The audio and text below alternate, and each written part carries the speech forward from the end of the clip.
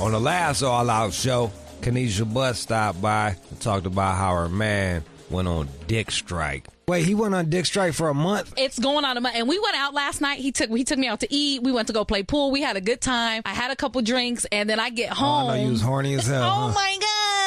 I was like, tonight's the night. It's breaking the night. You know what I'm saying? And I had this little dress on, and I'm doing all these moves. I'm like, he ain't going to be able to resist this. He resisted all parts of me, and I'm just sitting there like. If I went on dick strike, which I think the longest I made it on dick strike was like 4 days or some shit like that, I would jerk off next to you just to fucking get on your nerve.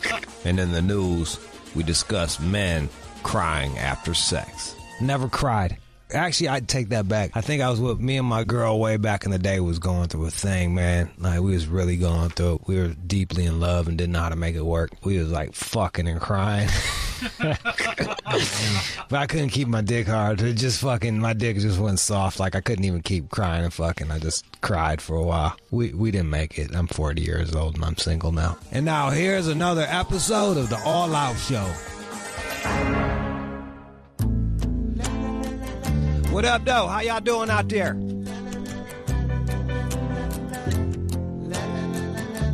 How you doing out there? I felt like we didn't really give a dick strike. He wasn't getting enough pussy, so he stopped giving the dick for dick strike. Just in case you were like, what the fuck is dick strike? Now you know. Man, you can use your penis as a weapon by withholding it.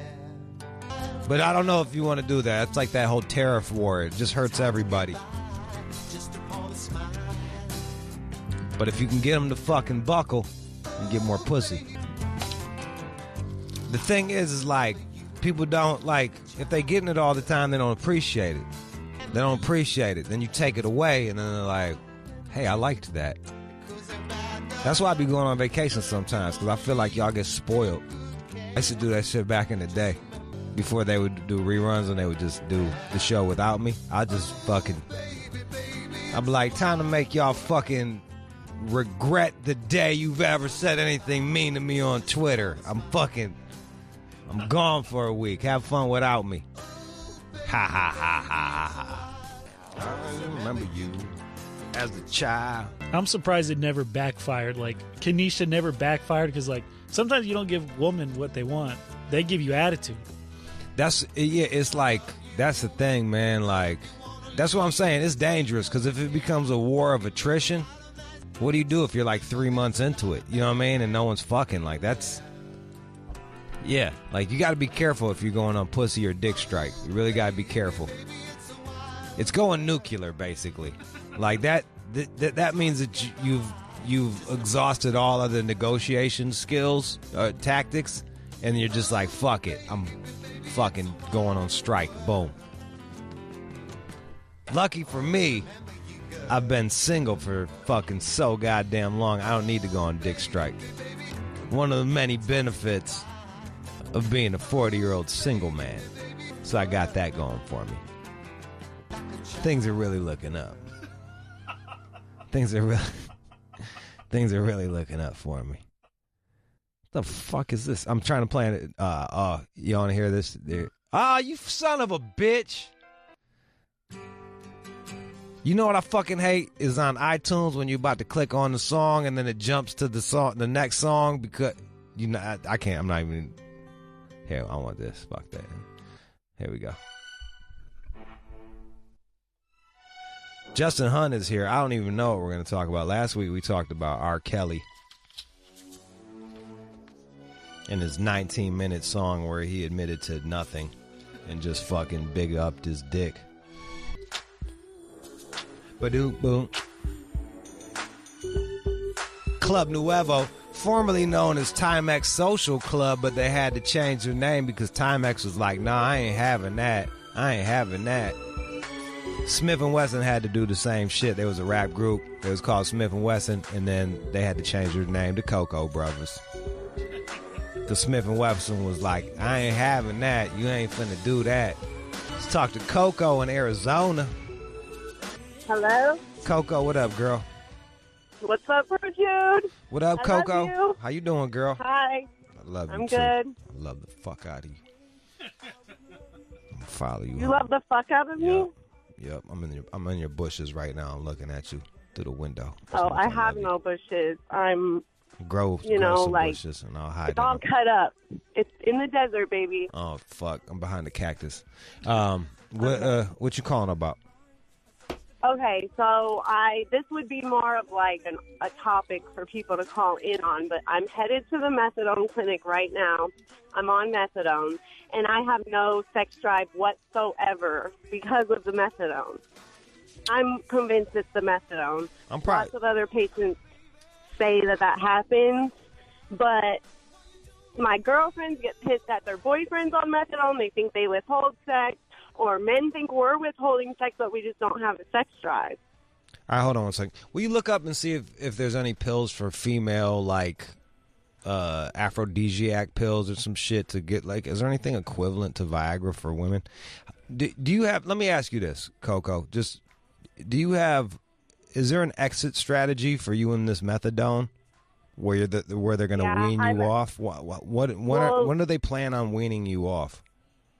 When you tell them that you want to get off, they'll take you off, but you have to tell them that because they want to keep getting paid, so they're going to keep you on. You got to get off this methadone. It's worse. It's like you would have been better off just going through fucking... On the pills. No, you'd have been just better off being dope sick for a fucking week and locking yourself in a room. But now I'm stuck on this, so it's like I have to deal with that shit is Satan. What I'm dealing with. Methadone is Satan. Yeah, it is. All right. I agree. Yeah, it's awful. Addy is a brand name of oh, fuck me, dude. Flibanserin. I've looked up everything. I swear I've troubleshooted before calling. Have you tried the Flibanserin? No, I've not. I've not ordered anything offline because... So I guess you haven't tried everything, you methadone addict. I haven't tried everything, but as a recovering drug addict, I don't know if I should order pills off the internet. You're on the worst one they got. Same.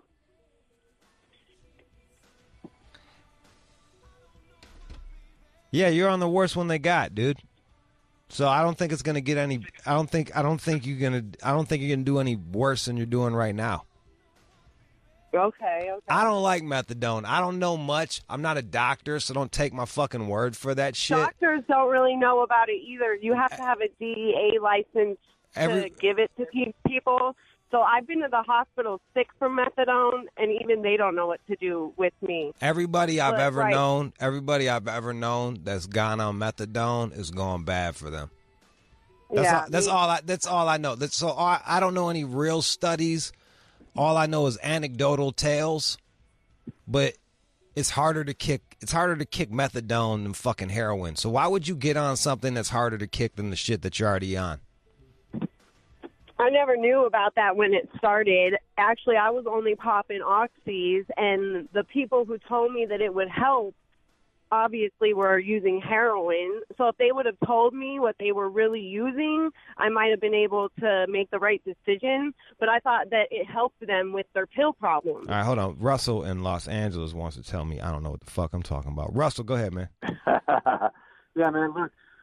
I've got a pill problem, and I've been using methadone on and off for like 4 years, and it saved my life, man. Well, that's good, bro. You got to get on the methadone, right? Because who wants to be dope sick for 2 weeks when you're trying to work and you got to deal with I run a business. I'm a business owner. I can't go to my clients every time I try to get 3 or 4 days of I can clean up here. You got to go. Do you got to go? And you go to the clinic daily to get your methadone?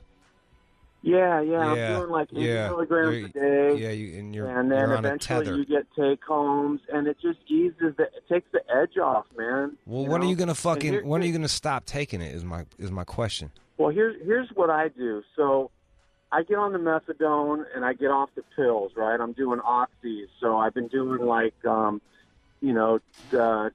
15 oxys, 30 milligrams each a day. Yeah. So then I get on the methadone, Right. And it helps ease the edge. And then Okay. what happens at that point is, long story long. Just fucking. Once You're on a Go ahead. methadone babble. No, I'm not on methadone. What I'm trying to tell you is that you take it and you get your head straight, and then you start dropping 5 milligrams a week. Okay, until you drop you're 5 good. milligrams a week.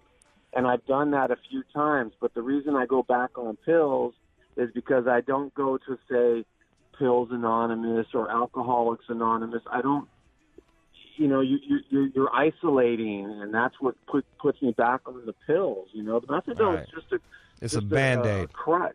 Yeah, it's a It's a Band-Aid. Band-Aid. It's just a crutch to get you through. All right. Okay, Russell. All right. Well, it does say, according to WebMD, methadone is in the category of opioids.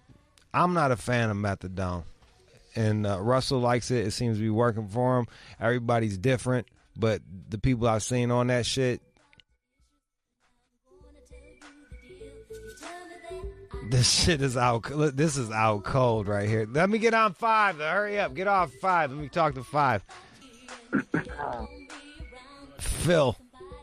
Yes, Jude, what's up? Long time listener. Go ahead. Say your story. This is the worst. Go ahead. Say it. Well, basically, back in my younger days, I'm 31 now. I used to, from about 20 to 26, I used to use a lot of oxy. It started, then heroin. I used to sell a lot of drugs, too, and I found methadone through some friends, and I went on and off it. I used to go to the clinic to find customers because they're all ex-heroin or oxy addicts, so I built a huge clientele working going to the methadone clinic. But I'll tell you one thing, methadone does work if you use it properly. I got locked up I had my girl, she was pregnant. I got locked up. I got clean Yeah. in jail while I was in jail, and I've changed my life since then. But I'll tell you that if you use methadone properly, it is amazing because you'll start at 50 milligrams and go down to 49, 48. But most people use methadone just for when they don't have heroin. And here's the other problem. If you happen to get a bad doctor, they'll just leave you on that bitch forever. Oh, that's what they try to do. That too. that is the problem. They try to keep you on methadone for the rest of your life because it's the government. The government's fucking you up, right? They want the money, right? Yeah, you are buying doctors' cars with that shit. I got a homie that's been on 100 milligrams of methadone a day for the last fucking 5 years, and they won't taper her. We don't hang out that much now. But look, it's working for some people. It's not working for other people. Like I said, I got my own opinion on it. I understand how it could work, but I just don't. I have a distrust with fucking medical motherfuckers. Let's end on a bright note. Whoa, Dollar, what up, though? What's the deal, baby? Shit, I'm chilling, man. Good hearing from you, man. Shit, I know y'all talking about that sensitive topic right now. I know, but let's change that subject. Fuck that shit. Yeah.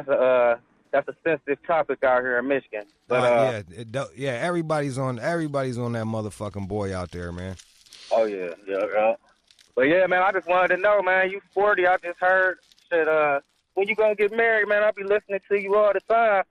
You got all these women running around. I know, you know what I'm talking about. But yeah, when is the young rude Jude gonna settle down one day? Man, I'm really working on it. I'm honestly, dog, I've been such a fuck up for so fucking long, like just been going crazy. I'm so like, and it's gotten to the point where I'm like a feral dog. So I literally gotta fucking. I'm really trying to like kind of pump the brakes on this shit and Right. Cause you gonna get your Jay-Z on till you 45, right? Yeah. Well, I'm like, look, man, sometimes I'm out in public and I see how pathetic I am. You know what I mean? I'm like, damn, dog. Like, I literally used to laugh at that motherfucker. You know what I mean? I used to laugh at that old dude at the club. Like, take your old ass home, you old motherfucker. Right. Now I am that old dude at the club, and like it doesn't escape me. You know, like you ain't old though, man. Shit, there's somebody out there for you. You know it. Yeah. I feel like yeah. Look, man, I don't plan on being single forever. So I'm working on it. Lean on me, guys. If you got a heroin problem and you need someone to talk to, I got you, man. You don't need methadone. I'll talk to you every day. JK, mix me with that fucking dope fiend shit. But buy my book, Hummingbird. You could really relate to it. All right, man. Yo, I want to play some Detroit shit. Man, my man Payroll dropped a fucking album like 2 months ago. And, what the fuck, dude? I bought the goddamn thing. On me. Hold on, let me play you this Payroll. 401p. Here's a little song called Tax Bracket.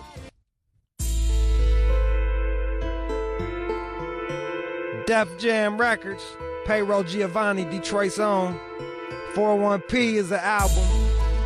Here's Tax Bracket. You are checking out the All Out Show with Rude Jude on demand. And now, here's the breakdown with Justin Hunt. Shade 45, I got my man Justin Hunt, the company man, on everything. If you ever miss any of our conversations, you can find that shit on YouTube and other places. What up, Just? How you doing, man? Man, I'm chilling. How you been? Been good, man. Fucking A, bro. Straight West Coasting. You got the AZ Do or Die 20 years anniversary shirt. Has it been 20 years? It was 20 years 3 years ago. It's a vintage shirt on a classic album. That's fucking, it's still crispy. You know? Yeah, you gotta keep them clean. I got the Luther on. I got the Luther Word Vandross. up. Fucking, there you go. That was a good ass album. It's a great album. For sidebar shit, do you feel like AZ is one of the most, I think he's one of the more underrated MCs out there. Absolutely. You know, it's interesting because when the Firm album came out, yeah, that got panned, and I thought it was a good album. I didn't understand why people were shitting on the Firm album. Like, did they expect more because Nas was attached to it? I think so. I thought it was a good album too. Yeah, and honestly, at that time, I was of the age where I didn't necessarily get all of the nuance of the criticism that was coming out, for expectations. I couldn't tell if it was like people didn't like the combination of Dre and Nas and or were they mad at Nature? I don't know, but like Phone Tap is that's like a top 100 song. You know what I mean? Like, easy. Yeah, it's which is there's a lot of rap songs that have dropped. Like Phone Tap is kind of the shit, right? Right. I mean, AZ and his pedigree is incredible, right? He's the first or the only guy on Illmatic. Yep. He went to high school with Jay-Z. Yeah, incredibly talented. You know what I mean? He's got underappreciated projects. I think he's probably one of the artists that kind of fell to the wayside once the label started consolidating in 1996. Like, that's kind of when the underground started showing up. He was on Koch. How you say, Koch or Koch? Koch. He was on Koch for E1. Yeah, he was on Koch for a minute there doing his own thing. Right. Really. And that came at a price back in the day. Like, there just wasn't as much Instagram and all, like you couldn't really promote yourself the way a person can promote themselves now. So going independent back then was a much harder grind. So hats off to like all those cats that really helped pave the way. You weren't getting on the radio like that. No. Your videos weren't being played on MTV. No. Jams. Sucker Free Sundays wasn't going to rock with you. No. You weren't going to be sitting on the couch on 106 in Park. Nope. You maybe got a bigger share of the revenue, but you got way less exposure. You know my jam off of that shit was Mo Money, Mo Murder, Mo Homicide. That was my shit. Yeah, man. That was my shit. But AZ is one of the guys who never ages, too. Like, he still looks like he's the same age as he was when he was on Illmatic. Like, Nas don't really age. Pharrell don't really age. AZ don't really age. Nope. Busta aged. We're going to talk about him later on. Busta definitely aged. Busta aged. And actually, we're going to be talking about Nas. Yes. Nas has the gift and the curse of Illmatic. He's been eating off of Illmatic for fucking 20. This is my knock on Nas, is that guy eats off of Illmatic. Like every 2 years he'll drop a new the Illmatic documentary. Remember Illmatic? Still Illmatic. Like he's been eating off of Illmatic since forever. The 5 mics where he deserved it, but I feel like after that shit, everybody expected the Illmatic excellence, and I don't know if he ever met that moving forward. I don't think so in a innovation sense. I think he's got other really great projects. Don't get me wrong. I think Nas is an incredible MC. I think Lost Tapes is phenomenal to me. But that was his early shit too, though. It was after Illmatic, though. Yeah. Right. And so, but Illmatic changed the game, right? People weren't necessarily rapping like that. They weren't approaching tracks that way. When he was saying stuff like "hit the earth like a comet invasion," that was just like a way to present an idea that wasn't common, if happened at all in rap back then. So I don't think he ever was as innovative. I don't think he ever caught people off guard the way Illmatic did. But I think he's got some strong projects. You kind of got to give your hats off to MC Search in that. I think Nas's Achilles heel is beat selection, and on that project he had Q-Tip, he had LES, he had Pete Rock, he had Premier, and Large Professor, and Large Professor too. Like, these are fucking classic New York producers. Right. These guys are fucking.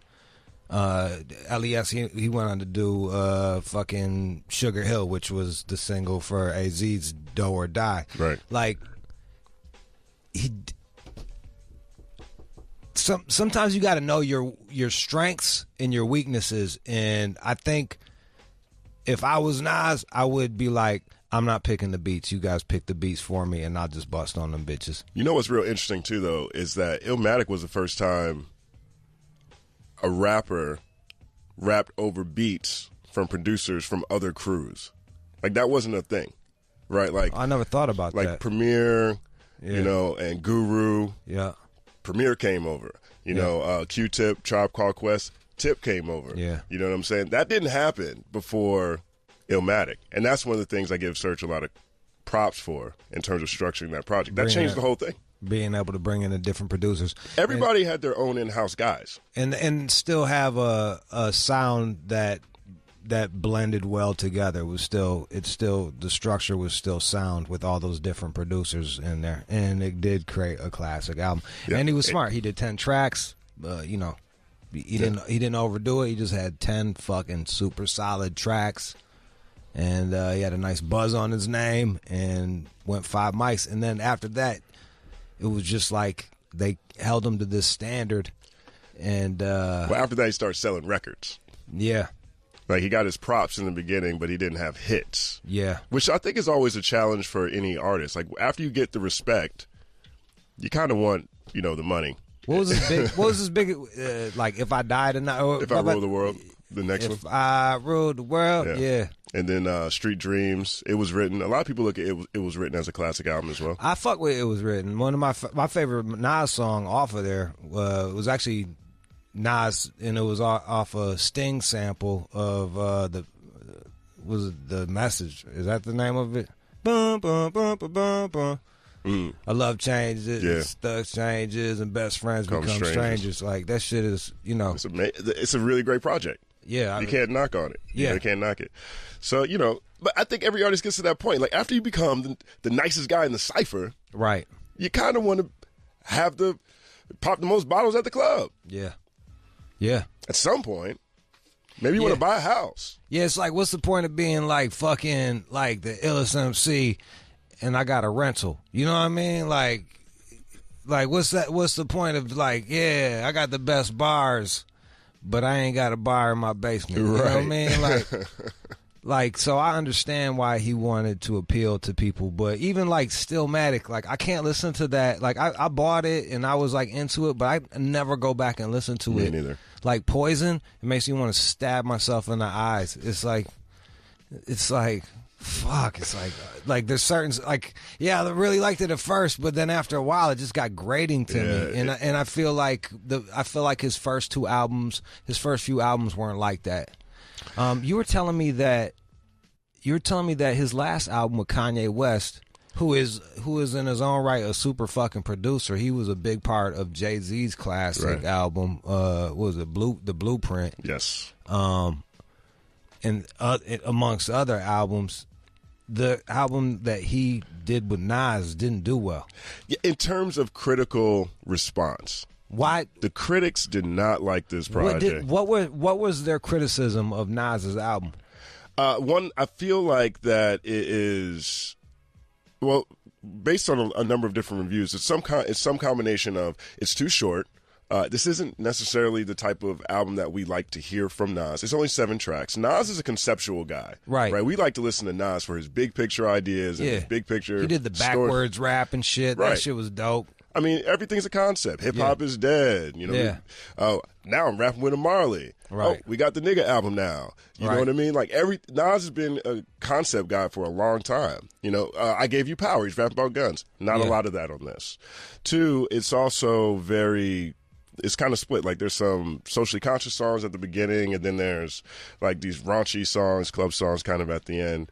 And it doesn't necessarily address any of some of the, you know, bigger topics that were also in the ether when this album came out, like some of the situation with him and Khalees, where she accused him of being abusive and those kind of things. So it was, these are just the critical responses. Some of these sound like bullshit criticisms. I definitely don't think that this is a Nas album. I didn't consider Nasir necessarily a Nas album. Did you like it? I didn't hear it. I'll be real with you. I didn't hear it. I thought it was cool. Don't get me wrong. I was happy to hear it. I went through it. I probably listened to it 4 times. I haven't gone back to it. It's definitely a Kanye West project, though. Yeah. Right? This is part of Kanye month. Everybody, I just pissed you off. Now I'm going to give out a whole bunch of music with all your favorite artists. And everyone's getting 7 tracks, and we going in 1 week. It's a Kanye production, and it's very different than, I think, 2 years ago when he came out with Nas' album Done with DJ Khaled, and everybody got hyped. Yeah. Like, oh, this new Nas project's going to be it. It's going to be crazy. But in the meantime, time goes and Nas does things and he's building his life, his career, and his business. We don't get new music, and when we do, this is it. And I think a lot of people thought this was the project that Nas had been sitting on or working on. It's not. It's a Kanye experience. The beats are great, and you get to hear Nas and Kanye go, you know, over tracks for 7 songs in a row. Look, man, there's some times like some producers are the shit, and you just don't get your best work. Here's an example that, and I'm probably gonna get knocked for this, but Jay Dilla, like, I fuck with Jay Dilla. I think he's incredible, but I can't. And then he collaborated with De La, he collaborated with Tribe Called Quest, he collaborated with Fireside, and out of all 3 of those groups, I don't think that he made the strongest album. Like, I feel Bizarre Ride to the Fireside was better. I thought Balloon Mind State was fucking better.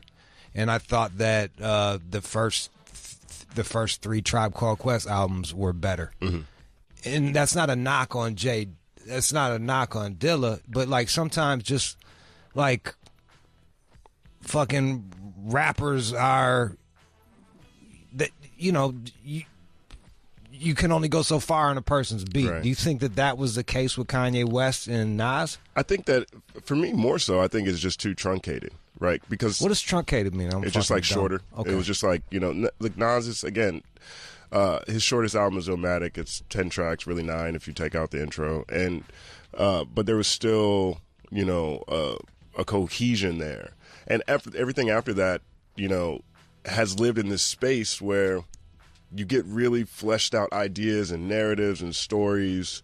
And these are the things that, at least me personally, that I appreciate most about Nas. Yeah. Not a lot of that. These are great or really good songs.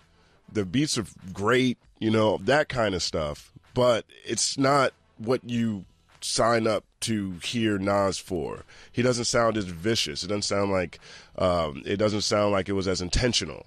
It sounded like, oh, wait, Kanye wants to do this project. I've been wanting to do a project with Kanye for a while. All right, let's do it. Oh, we got a week to do it? All right, let's do it in this week.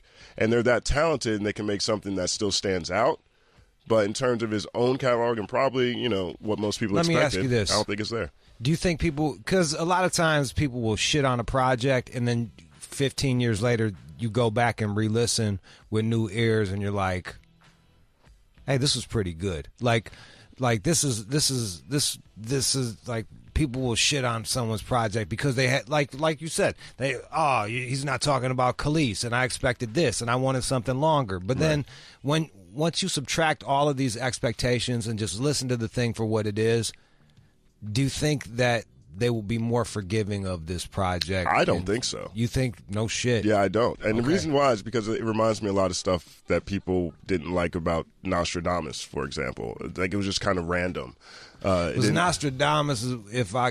Shawty, say what's your price? Is that yeah, let me pull that up. I think I remember that. That was like 99 or 2000. Yeah, it was right. Yeah, it was probably 99.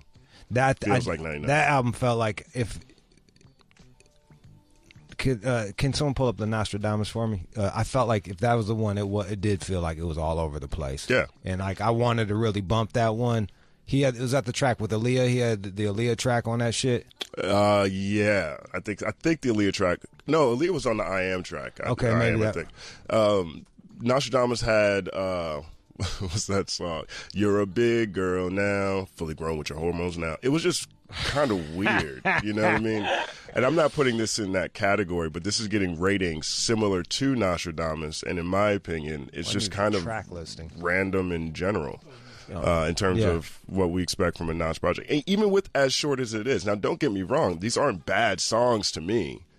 But when I think of Nas, I don't think about 7 kind of general random songs. That's not what I think about. Well, and so that's why I think that I don't know how well this will age in comparison. But there is some good news. Tell me the good news. Here's the good news. So this week in New York City, iHeartRadio and Verizon did a pop-up show with Nas. And Nas sat down and spoke with Angie Martinez. And he confirmed that there is another album on the way. He said, He said, I had already been working on it before I started with Kanye. Half of it was already there. I did do something with Swiss Beats and some stuff with RZA. I just got busy doing a lot of stuff that kept me away from it. Now I get to do this project on another level and get to make music from an older point of view. I can't wait. I can't wait to please everybody. So I think even Nas has kind of responded to some of the feedback he got around Nasir or his album with Kanye, which I'm excited about. Like, I like Nas when Nas has a chance to put together the Nas vision. I don't necessarily like Nas when, like, you know, I don't like a rushed Nas. I don't like a Nas with, like, a short deadline. I don't like a Nas that's just, you know, putting together songs. You think that some artists, like Pac, could write a song in fucking 5 minutes, and other artists, they take a bit more time to craft their lyrics, and you think that the week we got to knock this shit out in a week for Nas was tough on him. Yeah, I have never seen Nas be someone who floods the market. Right. The album I was thinking of was the I Am album, which it started off with New York State of Mind, which was one of my favorite. Right. Part 2, which was one of my favorite, and then it got like all over the place with Dr. Knock Boots and Money Is My Bitch, and I'm like, what? And You Won't See Me Tonight, which was like I dug that, but like it was just, to me, it was just like it was scattered than a motherfucker, man. Like, yeah, that one had "Hate Me Now" on it. Oh yeah, that was as big. There was a lot of highs and lows on that album. You know what I mean? There was a lot of highs and lows on that album. Now the rumor is, or the lore goes, that was the project that he put out because a number of those songs leaked, which we heard again on Lost Tapes. So it could have been it was rushed, right? Or they substituted stuff or whatever. But Lost Tapes, that's an example of, I think, what most people expected when I Am came out following Illmatic, and it was written.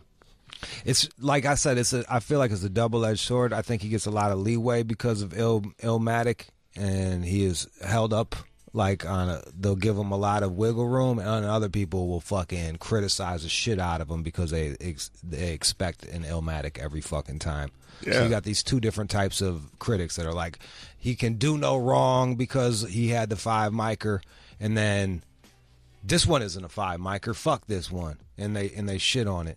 I was trying to think of other artists that fall into that category. I can't think of any off the top of my head. That was really at the epitome of like, it was like it was the second golden era of hip hop. You had like the late 80s with EPMD or being Rakim and all that shit where they kind of switched the style up. That was like the official golden era. And then you had like that second golden era, like 94, 93 into the late 90s. And the Source was bigger than ever. They were starting to get more play on like MTV and shit like that. So he just hit at that perfect time. Like he hit at that perfect time. Like you couldn't tell nobody shit about Nas. So I think that played into the lore of Nas, and all of New York was buzzing. And in New York, it wasn't like there was Two Dope Boys and all these other blogs there wasn't you where you're not in New York, you're from a different place. It was like that was the voice that they decided what was good and what was not good, and he was the golden boy of New York City. Yeah. Let's go to Marquette. Yo, what's up, fellas? What Man, up? it was worth the wait and the hold. Man, hey, look, Rude, today you're like Gandhi. You hit the nail on the head, man. I was arguing with some dudes about Nas. I said, look, man, Nas always had the lyrics. He just never had the nice beats every album. A lot of people don't like beats no more. They don't like music. You know, they listen to the lyrics. I said, I'm old school, man. I'm 43. I like beats and lyrics. Then y'all followed up with my favorite underrated rap of all time, AZ. If AZ had the production of Pete Rock and Premier, you know, and Dilla or anybody back in the day, man, he could be in that conversation as a top 10 as well, too, man. So I'm sitting here at work. I get off work at 4 o'clock. I just been listening to you guys, man. I ain't even ready to go home because I only have my XM at my desk at work, man. But I love this show, dude. I think AZ lacked the marketing. You know what I mean? Yeah, like you're right. Yeah. I think because he had some soulful beats and shit. He was busting on shit. He just lacked the motherfucking marketing, dude. Like that was he didn't have the big machine behind him when you needed the big machine behind you.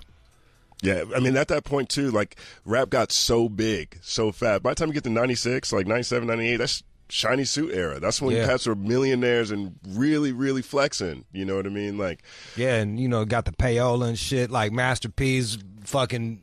The fact that Master P was able to get Bout It played in New York City, that wasn't... It's not because they liked Bout It. It was because he cashed motherfuckers out, and then Bout It blew the fuck up. Exactly. Like, and that song is the shit. But Right. like, that would have been like, come on, man. Like, it wasn't. New Yorkers weren't like, let's go down to Louisiana and see what's popping in the South. No, dude, he fucking payolaed that shit and blew that shit the fuck up all over the fucking country. It worked. And the songs are shit. Right. Like, the songs are shit. Let's go to Jones in Birmingham. Jones. Hey, what's up, fellas? Go ahead. Regarding the last guy, Marquette, AZ did have Pete Rock on Rather Unique, so he did have the beats behind him. I think you're absolutely right. And as far as the Nas album, Justin, I think you're on the dock, but I think you're kind of missing the boat on this. It's a reintroduction project. It's what it is, all what it is. It's just a way for Nas to get right back out there, get his voice out there, hit stages, hit a couple of nice new songs, and get his voice back out there. But I think the album is very underrated. It's the anti-Drake album for me, because Drake was like 20-some-odd songs, but most of them were garbage. There's like 2 really good songs on that, whereas the Nas project is 7 songs, but, I mean, if you want to be generous, there's like 5. Right. 5 good ones that you can just go back on. But I think with everything that you said, it's a reintroduction. It's all it is. Can you say that? But that's the knock. Like it's like you go to a restaurant, and if the restaurant only has 7 things, them shits better be fire, dog. Like that shit. That's why people like In-N-Out Burger. There's like 4 things, but they're fucking good. The milkshakes are good. The cheeseburgers good. Here's a kicker. Go ahead. I'm a chef by trade. Right. So when you go to those restaurants that only have like 7 things, usually those 7 things are fire because they're specialty. Yeah. You know, they don't mess around with other stuff that they don't know how to do. They're like, no, we do this very well. If you want something else, go somewhere else. And they're usually probably the most expensive stuff. But Nas is going to come back, as Justin mentioned, with something that's, a little better. I think he just used this to say, I'm still here. Let me get you these couple of things right quick. Let me hit a couple of stages so that you can say you heard some new Nas, but the real Nas is coming. I'm going to ask you this one question, and I'm not mad at anything you said. If Kanye West does not put out an album every week for a month, if he says he's not going to put out Pusha T, and he's not going to put out Tiana Taylor, and he says he's not going to put, if he doesn't do that, do you think Nas comes out with a reintroduction project? Yes. Here's the next question. Still does. Okay, so here's the next question. There's something else that we didn't touch on. Kanye came out with 6 projects or some shit like that, 5 or 6. He had his own. Him and Wiz, Pusha T, 5 then. Yeah, it feels 5. Feels like all 5. right, 5. Yeah, you know more than I do. I'm just fucking throwing numbers out here. Was Nas's project the worst out of the bunch? Wow, that's a very good question. I don't know. I don't think any of them were bad. I'll say that, but I'd put Nas at the bottom end of the 5 because Push's was fire.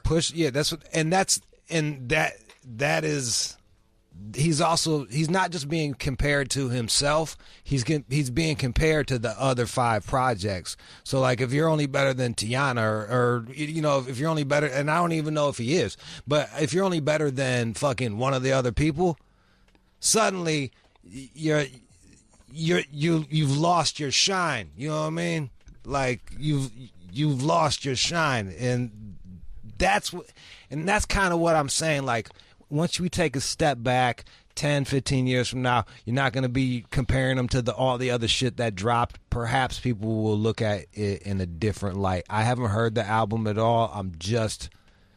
I did hear the Pusha T album, and if you know, you know. Right.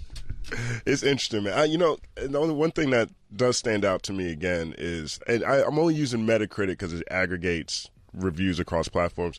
Nas averages a 77. This project got a 59. Out of 100, his average is 77? Yeah, that's pretty good. That's really good. Kevin in New Rochelle. What's going on, fellas? Go ahead, bro. One point I want to make, I definitely agree with I Am and Nostradamus being all over the place, and I think that kind of hurt his shine, and especially with everyone trying to live up back to Illmatic. One underrated part about that, though, is following that, he drops the Lost Tapes, which are incredible, and also on Godson, he kind of explains all of it on Last Year Hold Me Alive. That's an incredible song. It's one of the top, one of my favorites ever, where he kind of explains rap throughout New York, going across the board. And what I want to just point out is that he got, his mother was sick and he wasn't making any music, and he gets, snaked by Jay at the Summer Jam. And the guy comes back after 2 pretty, out there albums, not as good as they could have been, and he came back and prevailed. So to me, Nas has got to be top 3 no matter what, despite his beat selection and some random tapes he has. It's interesting, man, because Steve Stout was the reason why Nas became a superstar. Yeah. After Illmatic, Nas signs with Steve Stout. Steve Stout and Nas made a list, and once they accomplished it, Nas wanted to quit, and then Steve Stout went to work with Jay-Z. So, the same person structured their careers in terms of how they became big superstars. And also, you have to keep in mind, Jay-Z and Nas were throwing shade at each other for like 5 years before Ether and before the takeover. And I'm going to say this, and I said it to Jay-Z's face in an interview with him. I felt like the checkmate of that whole shit was Jay-Z signing... Nas signing to Def Jam, and Jay-Z and him having a project out at the same time. And like, you're the president and you're not the president. Who do you think is going to get a bigger push? I never would have done that if I was Nas. There's no fucking way. There's no way me and somebody that's been having fucking problems and I'm the king, no, I'm better. And now I got some guy that I had beef with has a say in my budget? No fucking way, dude. Not a chance. I thought that was one of the biggest missteps of Nas's shit. That whether he was cool or not about it. No. Your pride wouldn't let you do that? That feels like a pride would be like... That's not pride. That's strategy, man. That's strategy. If me and you are going at it, throwing shade for fucking years, and all of a sudden you're like, hey, Jude, I'm starting a new fucking record company, fucking Water Under the Bridge. I just happen to be dropping an album around the same time as you. You want to sign on? I'll be like, no siree, Bob, I'm good. I'm going to go with Janky Joe's records over here and make sure I get a big push. But what if it's the best financial deal on the table? Sometimes you gotta take. Sometimes you gotta eat a money. You gotta take a money loss and make sure that you are protected. That's all I'm saying. Sometimes, like, yeah, it's starting to sound like pride a little bit. That's not pride. All right, call it what you want. Call it what you fucking want. But, hey, can you play me a song off of the fucking Nas Kanye shit so I can actually hear what the fuck I'm the only person that will come on and have a discussion with Justin about rap and not know what the fuck I'm like. I don't even know the goddamn projects. I feel like this is one you would listen to. This is right up your alley. This is old school rap. You know the Legends only shit of the game. I listened to the Pusha T because the fucking beef shit worked. I was like, let's hear what he did. So I listened to the Pusha T because the beef shit worked. Right. But you know me, I'm like only listening to Payroll and Peasy and Babyface Ray and fucking Detroit shit, man. I swear Vezo and shit. Like, I just like Detroit shit. If you're not rapping about fucking bags and belts, I don't want to hear it. Play Adam and Eve, John. Off of the Nasir album. You know, I'll be honest though. I was really excited about this Nas project, Nas and Kanye. I always like the stuff that they've done in the past together. I'm gonna go with my man who said it's a reintroduction project. I'm definitely thinking more about Nas now. Let me hear it, man. Now you're really making this. The good news is for anybody that hasn't heard the project is your expectations are going to be so low that if this shit is actually pretty good, we're going to be like, he's full of shit. Well, let's be honest. It's still Nas. Like Nas is still Nas. It's still Nas and Kanye, right? You know, we're not talking about whack rappers by any means. All right, when we come back, we're going to talk Busta Rhymes. Don't fucking go anywhere. Let's go. All right. So here's my. I thought that was pretty good. But I also understand the critique. I get it. I understand where, like, that shit was dope, but that should have been a 3-minute song. And I don't know what else to say. Like that, it's no Book of Ryan. Right. It's definitely no book. It's no Bobby Sessions over here. But you know, it's and it's braggadocio Nas, right? He's smoking cigars. Yeah. He's got. There was a couple rhymes where I saw the rhyme coming before it came, like, which, you know, usually you can't do that with Nas. You know what I mean? But like the escargot shit, like I was like, here comes escargot, and there it is. You know what I mean? And I like the beat a lot. I like the sample. I like the way he laid the track. But you know. No, my spidey senses, you know, my hair's not, like, spidey senses, your hair's like, ooh. It's weird, man. Like, when it dropped, I was like, okay, all right. And then after a while, I was like, so when's this going to be done? Right. I don't, you know. All right, here's some actually feedback from a couple people. Try in Pennsylvania. Go ahead, man. Hey, what's up, yo? Go ahead, man. Hey, yo, I mean, I feel it's classic Nas, yo. Like, Nas gonna always hit you with some substance, you know what I'm saying? That Adam and Eve joint, like, I really don't think y'all are just fans of Nas, you know what I'm saying? Are you kidding? Like, Justin fucking loves Nas. I'm always the one that's throwing shade at his ass. Yeah, and I love Nas too. Like I like his first few albums. Like I love those albums. Like, but that's what I'm saying. Like y'all like. I don't feel the love. Like, y'all pick at stuff that, like, word, you know what I'm saying? Like, I feel like you're a fan of Nas more than you're a fan of Nas's music. I feel like you just like Nas as a person. I think you like him on the gram. I think you like his clothes. You like his idea. And therefore, his music is untouchable. I don't know him as a person. You're probably wearing some Escobar boots right now. Or some not at all.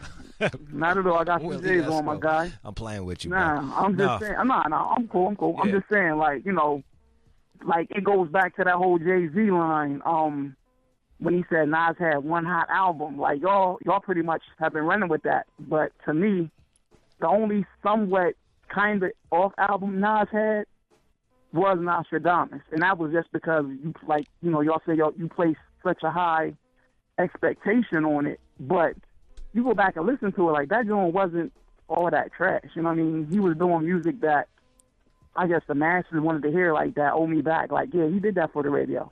He's not. I'll give that. Yeah, but he did the 3 albums, the 2 albums before that, like 3 albums in a row were for the radio, and 2 of them were markedly better, and one of them's arguably a classic. It was written for the radio. You could. Yeah, that's what I'm saying. So but I don't understand. He clearly can do radio. Jay-Z said he can Jay-Z clearly made it seem like the only Nas album that was hot was Illmatic. But but clearly Nas can do radio well. I think right? Illmatic was a classic, and I also think that it was written as a classic. Okay, and I agree with that. Yeah, like, and I get out of legit for Mike. But as far as like I heard y'all talk about his beats too. He addressed that on Simple Things in Life. You know what I'm saying? He said, it's him who they purchase. They purchase his verses. They're not. Hello. Okay. The producer. What's wrong with hip hop? You're coming in and out. I like what you were saying, but we gotta drop you. Walter in the D. What? All right. Josh, he actually had his back. Josh in Miami. What's going on, yo? What up? What up to Detroit, though? I'm originally from Detroit. You need to play some more East Side Cheddar Boys. Let's talk about Nas, though. Yeah, 313, but let's talk about Nas, though. He's been wildly inconsistent throughout his whole career. I know the last guy was saying Nas talking about you purchase his rhymes, but the hip-hop, the rhyme schemes and the production have to go hand in hand. So Nas has always been terrible with picking beats for his projects. Like you said, after it was written, Illmatic being the first 2 classics, that Nostradamus, I Am was a little bit inconsistent. Nostradamus was terrible. Redeemed himself a little bit with God's Son and Stillmatic. But still, I think the project now with Kanye West, I think the problem is there's no synergy. It sounds like Kanye emailed him those beats, or he emailed Kanye some vocals and he put them together in the studio. There's no synergy with this Nasir album. I'm not really feeling it. So hopefully this new joint will be tight, man. So, that's kind of interesting. Even that's interesting. Even with that, like the beat change at the end, I would have loved to hear Nas busting over that beat change. That would have made it more like that would have made that Adam and Eve song way more interesting. If the third verse, that change came at the third verse, and that's kind of to your point. Maybe there was a lack of synergy there. You know what I mean? Maybe. Exactly. Well put, Josh. Well put. Why don't we play one of my old fucking? All right, hold up, Monica. Go ahead, Monica. So I just gotta say, I thought it was garbage. Damn. And let me tell you, I'm just keeping it real. And I like Nas. That's the thing. Like, I love, some of his older things. But to me, the beat of this song, the chorus of the song, it didn't do anything to complement his skills and rhymes. Like, I think he's a great rapper, but it just didn't do anything for him. And he wasn't showing his ass on that. He wasn't out there fooling. What's that? Go ahead, girl. I was just co-signing you. What else? I was going to say that in this day and age, with the kind of music that's hot today, the kind of beats that are hot today, it just doesn't have any place in this market right now. All right, there you go. Well, I don't know. I think there would have been a place for it. I look, man. Off of that one song, I haven't heard the whole project, but off of that one song, what Josh in Miami said, the lack of synergy, it kind of. I could feel that in that record, and maybe they were in the same room when like back in the day, man. Like they definitely were. Like they were in Wyoming, and that was part. They were together. Yeah, they were together. But Kanye was making an album a week for a month. Right. That's hard. Like that's a very difficult thing to do. And Nas is a concept guy who's got a week to turn out some verses. Now he's one of the greatest rappers ever, but this is what Nas Under the Gun sounds like. All right. So. His follow-up album will be coming out. He's got RZA on the track. Anytime he busts on the RZA track, I'm fucking. Right. What was that shit on the fucking?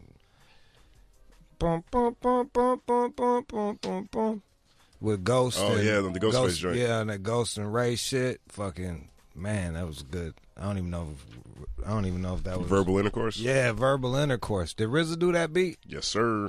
But what if he? That shit go hard than a motherfucker. I want to love you.